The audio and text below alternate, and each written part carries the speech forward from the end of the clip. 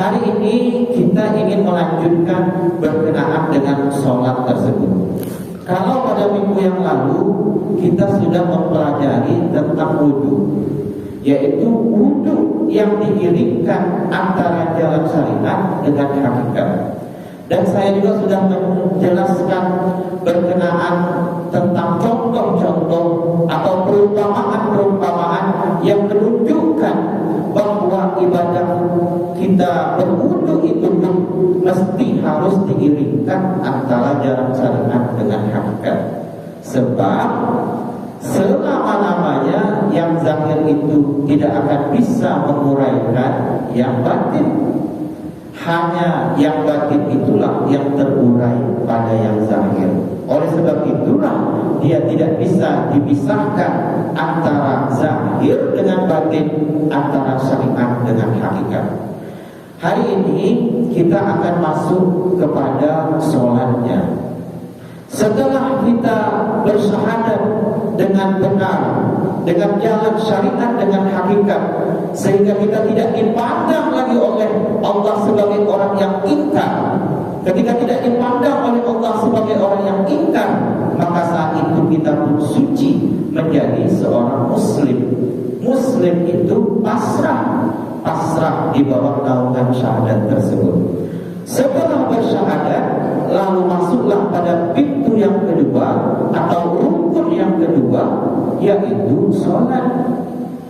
Tetapi sebelum masuk ke sholat tersebut, kita mesti diwajibkan untuk bersuci terlebih dahulu. Maka bersuci itu pun yang dikenal dengan wudhu, bersuci zahir batin, bersuci yang diiringkan antara jalan syariat dengan jalan hakikat. Minggu lalu sudah kita selesaikan. Dan hari ini setelah kita berwudu zahir batin, maka barulah kita layak untuk masuk ke wilayah sholat yang suci tersebut. Saya sudah sebutkan pada yang lalu bahwa sholat itu di dalamnya ada 3 hukum yang berlaku. Jadi ada 3 hukum yang berlaku di dalam sholat 13 rukun 13 tersebut, yaitu hukum qauli, hukum fi'li, dan hukum qalbi. Tetapi yang menjadi kajian kita adalah di hukum qalbinya. Kalau di hukum qaulinya takbiratul ihram. Nah, jadi kalau boleh saya bacakan Bapak Ibu, rukun 13 itu yang pertama niat, yang kedua takbiratul ihram, yang ketiga qiyam berdiri, yang keempat membaca surat Al-Fatihah, yang kelima ruku, yang keenam iktidal, yang ketujuh sujud, yang kedelapan duduk di antara 2 sujud, yang kesembilan duduk tasyahud akhir, yang ke-10 membaca tasyahud akhir, yang ke-11 membaca salawat Nabi, 12 salam, dan yang ke-13 tertib. Rukun qauli itu perkataan yang kita ucapkan di lidah kita. Misalnya saya sebutkan pada minggu yang lalu, Allahu Akbar. Allahu Akbar di ujung lidah itu hukum qauli. Atau membaca surat Al-Fatihah itu hukum qauli. Maka takbiratul ihram, membaca surat Al-Fatihah, membaca tasyahud akhir, membaca salawat Nabi, dan salam itu masuk dalam hukum qauli. Yang kedua hukum fi'li.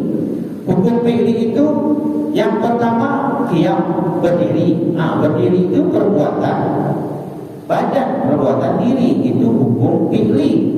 Ruku, iktidal, sujud, duduk tasyahud antara 2 sujud, duduk tasyahud akhir, itu bagian daripada hukum fi'li, perbuatan. Tangan ke atas begini, gerak tangan, sudah itu ruku, iktidal, sujud, itu bagian daripada hukum fi'li. Fi'li itu perbuatan. Kalau bahasa mudah pahamnya lagi, perbuatan diri, jasad kita. Nah, itu hukum fi'li. Yang ketiga, yang menjadi kajian kita adalah di hukum qalbinya. Hukum qalbi itu letaknya pada niat dan tertib. Nah ini dia Bapak Ibu, pada niat dan tertib itulah letaknya hukum qalbi tersebut. Dan niat dan tertib ini diurai melalui 7 perkara, yaitu pertama qasan, yang kedua ta'ran, yang ketiga ta'yid, yang keempat ihram, yang kelima mi'raj, yang keenam munajat, dan yang ketujuh takdim namanya. Yang 7 inilah yang mau kita pelajari melalui ilmu hakikat tersebut. Sebab Bapak Ibu, hukum qauli, hukum fi'li, dan hukum qalbi ini wajib beriringan. Wajib beriringan. Syariatnya, yang mewakili jalan syariatnya adalah hukum qauli dan hukum fi'li. Yang mewakili ilmu hakikatnya adalah hukum qalbinya. Jadi syariat dengan hakikat wajib beriringan. Nah, saya ingin menggambarkan kembali kepada Bapak Ibu bahwa sholat kita itu pun wajib diiringkan antara jalan syariat dengan hakikat. Saya yakin Bapak Ibu sering mendengar yaitu berkenaan dengan peristiwa Isra Mi'raj. Jadi kalau sudah bulan Isra Mi'raj itu di masjid-masjid, kalau kami di Tebilahan, hampir semua masjid, semua majelis taklim, semua sekolah yang ada, semua pesantren pasti memperingati Isra Mi'raj. Ramai sekali Bapak Ibu, meriah luar biasa. Biasanya dalam Isra Mi'raj itu para ustaz atau para dai itu menyampaikan bahwa Isra Mi'raj itu adalah peristiwa untuk mengambil sholat. Nah, selama ini kan itu yang kita dengar, bahwa peristiwa Isra Mi'raj itu salah satunya adalah untuk mengambil sholat. Tapi coba Bapak membaca sejarah peradabannya atau peristiwa tersebut dari Masjidil Haram ke Masjidil Aqsa. Di Masjidil Aqsa Nabi Muhammad sholat. Nabi Muhammad sholat mengimami seluruh malaikat, para nabi dan rasul.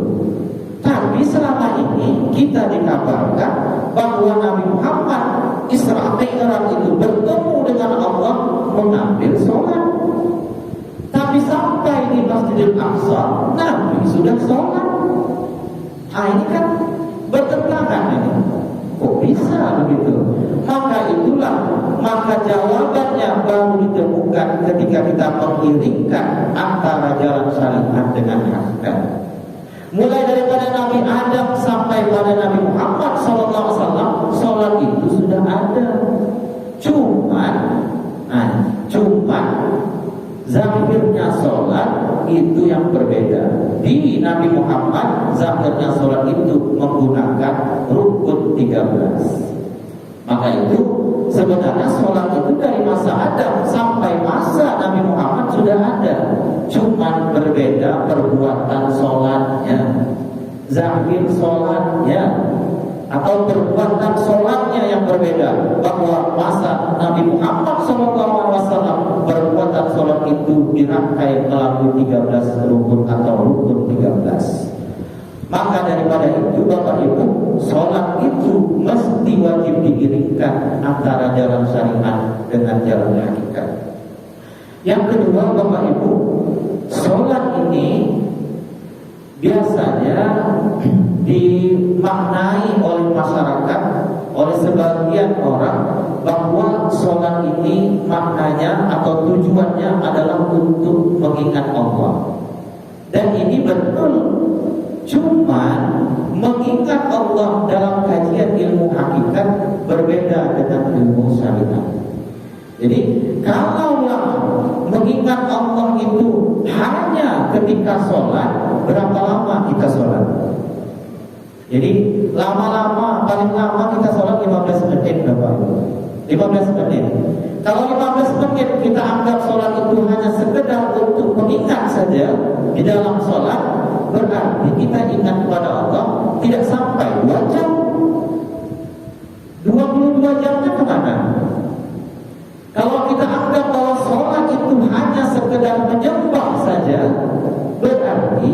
kita menyembah itu hanya tidak sampai 2 jam, karena satu kali sholat mungkin 15 menit kan. Itu pun mungkin lama Pak, 15 menit. Tapi anggap 15 menit. 15 menit kali 5, 75 menit. Berarti 1 jam lebih saja. Kalau hanya untuk menyembah dalam pengertian syariat, maka sholat kita menyembah Allah tidak sampai 22 jam satu hari. Padahal seharusnya 24 jam satu hari kita mengingat Allah, 24 jam satu hari kita menyembah Allah. Maka daripada itu, lagi-lagi tidak boleh dipisahkan antara jalan syariat dengan jalan hakikat. Ini dia nih Bapak Ibu, tidak boleh dipisahkan antara jalan syariat dengan jalan hakikat. Maka ketika kita memahami jalan syariat dan jalan hakikat diiringkan, maka pahamlah kita makna sebenar-benarnya atau makna hakikat daripada sholat tersebut. Baik Bapak Ibu, kita ingin membahas tentang rukun yang pertama. Kalau rukun kauli dan hukum kauli dan hukum fikih Bapak Ibu sudah buat. Saya yakin semua kita sudah buat. Tetapi yang hukum kalbinya inilah yang mesti kita dalami. Hukum kalbi yang pertama, perkara yang pertama adalah qasan. Nah nanti kalau misalnya minggu depan kita pakai papan tulis, saya tuliskan rangkaiannya. Hukum kauli, fikih, sudah itu nanti ada hukum kalbi. Hukum kalbi itu niat dengan tertib. Lalu nanti niat dan tertib ini ada 7 perkaranya. Nanti satu-satu akan kita uraikan. Dan biasanya